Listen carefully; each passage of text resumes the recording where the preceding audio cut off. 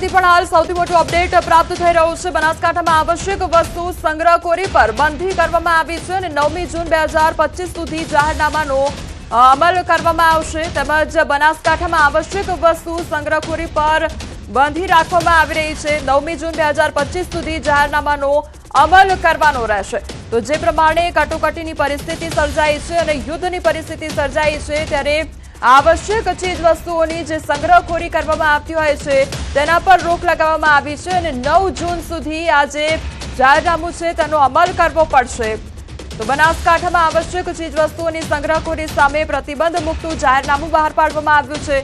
कोईपण व्यक्ति वेपारीओ सहितना लोको आवश्यक चीज वस्तुओनो संग्रह તેમજ ब्लेक मार्केटिंग अथवा तो भावमां चालाकी करी शकशे नहीं अने जाहेरनामું समग्र बनासकांठा जिल्लामां 9/7/2025 સુધી અમલમાં રહેશે। તો જ્યારે પણ આ પ્રકારની વિકટ પરિસ્થિતિ સર્જાતી હોય છે ત્યારે બ્લેકમાં વેચાણ કરવામાં આવતું હોય છે તેના પર પ્રતિબંધ લાગવામાં આવ્યો છે। બીજી તરફ કોઈપણ પ્રકારનો જો સંગ્રહ કરવામાં આવતો હોય તો તેના પર પણ રોક લગાવવામાં આવે છે। તો પોખરણ નજીક ગામમાં જોરદાર વિસ્ફોટ થયો હોવાની માહિતી પણ સામે આવી રહી છે। જોરદાર વિસ્ફોટ સાથે મિસાઇલ પડી વિસ્ફોટ સાથે મિસાઇલ પડતા ધૂળના વાદળો ઉછળ્યા હતા।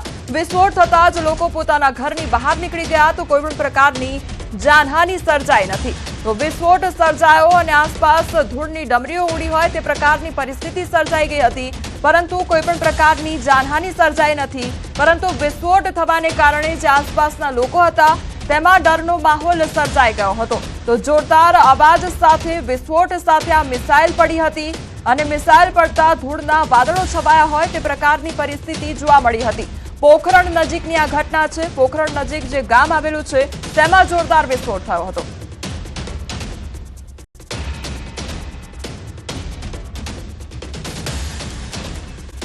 रात्रिना समयगाळा दरमियान जे पाकिस्तानना एरबेज छे जे 4 एरबेज छे तेनो खात्मो करवामां आव्यो हतो कारण के पाकिस्तान तरफथी सतत हुमला थई रह्या हता अने एनो आ जड़बातोड़ जवाब आपवामां आव्यो छे।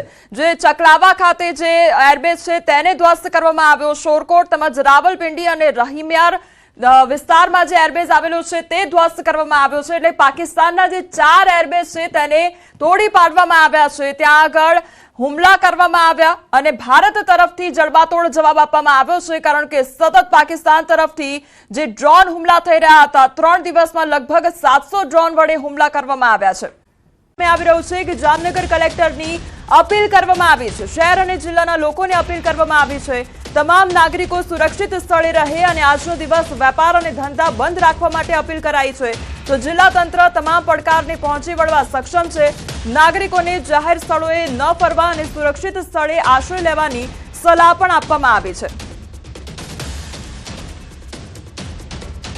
तो जामनगर कलेक्टर द्वारा लोकोने अपील करवामां आवी छे काम वगर घरनी बहार न निकळे तेवुं पण कहेवामां आव्युं छे।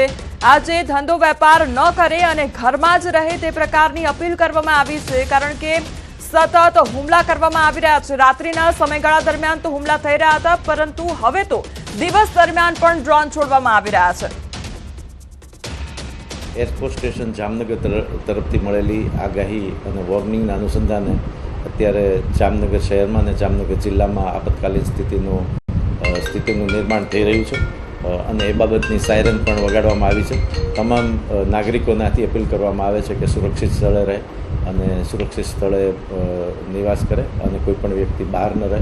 તમામ વેપાર અને ધંધાના વ્યક્તિઓને વિનંતી છે કે આજનો દિવસ એમની વેપાર અને વાણિજ્યની પ્રવૃત્તિઓ બંધ રાખી અને બને ત્યાં સુધી સુરક્ષિત રીતે જ રહે।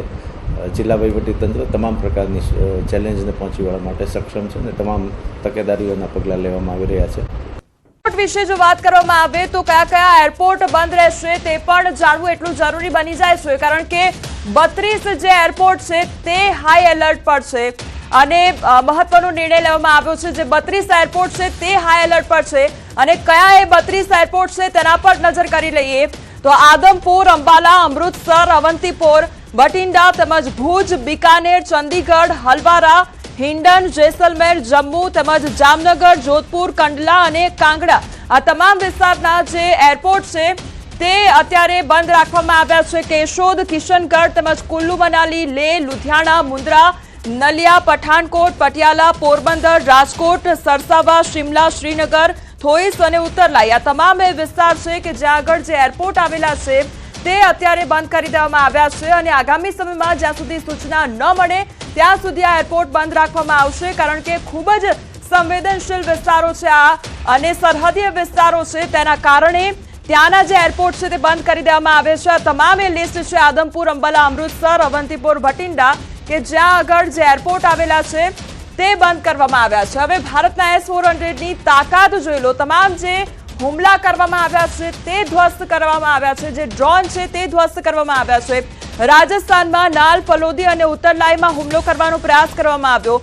ગુજરાતની વાત કરવામાં આવી તો ત્યાં આગળ ભુજમાં હુમલો કરવાનો પ્રયાસ કરવામાં આવ્યો. જમ્મુ કાશ્મીરમાં અવંતીપોરા, શ્રીનગર અને જમ્મુમાં હુમલો થયો.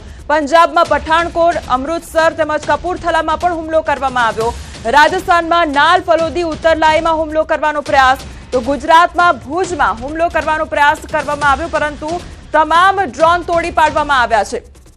હવે મોડી રાત્રે પાકિસ્તાનમાં પણ બ્લાસ્ટ થયા હતા અને એરબેઝ ધ્વસ્ત કરવામાં આવ્યા હતા આપણા તરફથી. એના પર નજર કરી લઈએ તો રાવલપિંડીનો જે નૂર ખાન એરબેઝ છે તે ધ્વસ્ત કરવામાં આવ્યો. શોરકોટ રફીફી એરબેઝ જે છે તે ધ્વસ્ત કરી દેવામાં આવ્યો. તો ચકવાલનો મુરીદ એરબેઝ છે તે પણ ધ્વસ્ત કરવામાં આવ્યો છે. આ ત્રણ જે એરબેઝ છે તે ભારત દ્વારા ધ્વસ્ત કરી દેવામાં આવ્યા છે, કારણ કે સતત પાકિસ્તાન તરફથી હુમલા થઈ રહ્યા છે અને એનો આ જડબાતોડ જવાબ આપણી સેના દ્વારા આપવામાં આવ્યો છે. પાકિસ્તાનના જે આ ત્રણ એરબેઝ છે તે ધ્વસ્ત કરવામાં આવ્યા છે. રાવલપિંડીનો નૂર ખાન એરબેઝ, શોરકોટનો રફીફી એરબેઝ અને ચકવાલનો પણ એરબેઝ છે તે હાલ ધ્વસ્ત કરી દેવામાં આવ્યો છે. તો તણાવ વચ્ચે રેલવે વિભાગ દ્વારા મહત્વનો નિર્ણય લેવામાં આવ્યો છે. મોટો નિર્ણય લેવાયો છે. પાકિસ્તાન સરહદ નજીકમાં રાત્રે કોઈ પણ ટ્રેન પસાર નહીં થાય. નિર્ણયથી 15 થી વધુ ટ્રેનો પ્રભાવિત થશે. તો દિવસ દરમિયાન ખાસ ટ્રેનો દોડાવવામાં આવશે. દિવસ દરમિયાન ખાસ ટ્રેનો દોડાવવામાં આવશે અને રાત્રિના સમયગાળા દરમિયાન જે પણ સરહદીય વિસ્તાર છે ત્યાંથી ટ્રેન પસાર કરવામાં નહીં આવે. તણાવ વચ્ચે રેલવે વિભાગ દ્વારા આ સૌથી મહત્વનો નિર્ણય. પાકિસ્તાની સરહદ નજીકમાં રાત્રિના સમયગાળા દરમિયાન ટ્રેનો પસાર નહીં થાય. નિર્ણયથી 15 થી વધુ ટ્રેનો પ્રભાવિત પણ થશે. તો દિવસ દરમિયાન ખાસ ટ્રેનો દોડાવવામાં આવશે. તરફથી જે નાપાક પ્લાન ઘડવામાં આવી રહ્યા છે તે તમામ પ્લાન નિષ્ફળ નીવડી રહ્યા છે. પાકિસ્તાનના તમામ ઓપરેશનનો ખાતમો કરવામાં આવ્યો છે. તો જાબાજ ભારતીય સેનાનો પરચમ યથાવત જોવા મળી રહ્યો છે. પાકિસ્તાની ડ્રોન અને મિસાઇલો ધ્વસ્ત કરી દેવામાં આવી છે. તમામ મોરચે સેનાએ પાકિસ્તાનના જે હથિયારો છે તેનો સફાયો કર્યો છે. પાકિસ્તાનના ડ્રોન અને મિસાઇલનું સુરસુર્યું થઈ ગયું છે. તમામ એ તસવીરો જોઈ લો કે પહેલી તસવીર ઉપર નજર કરીએ તો જ્યાં આગળ ઉધમપુરના દ્રશ્યો સામે આવ્યા છે ત્યાં આગળ પણ ડ્રોનના ટુકડા જોવા મળ્યા છે. ડ્રોન ધ્વસ્ત કરી દેવામાં આવ્યા છે. એક બાદ એક પાકિસ્તાન તરફથી જે પણ હુમલા થયા, 3 દિવસમાં 700 જેટલા હુમલા કરવામાં આવ્યા છે, પરંતુ બધા જ નાકામ રહ્યા છે. હવામાં જ આ તમામ ડ્રોનને રાખ કરી દેવામાં આવ્યા છે. જમ્મુ, અમૃતસર, લાજણ તેમજ તરણતારણ, જાલંધર આ તમામ વિસ્તારની એ તસવીરો છે કે જ્યાં આગળ ડ્રોનના ટુકડા જોવા મળી રહ્યા છે. ડ્રોનનો ઉપયોગ હુમલો કરવા માટે કરવામાં આવ્યો, પરંતુ હવામાં જ આ તમામ ડ્રોનને રાખ કરી દેવામાં આવ્યા છે. જે હવાઈ સેના છે તેમના દ્વારા આ સતત કામગીરી કરવામાં આવી રહી છે.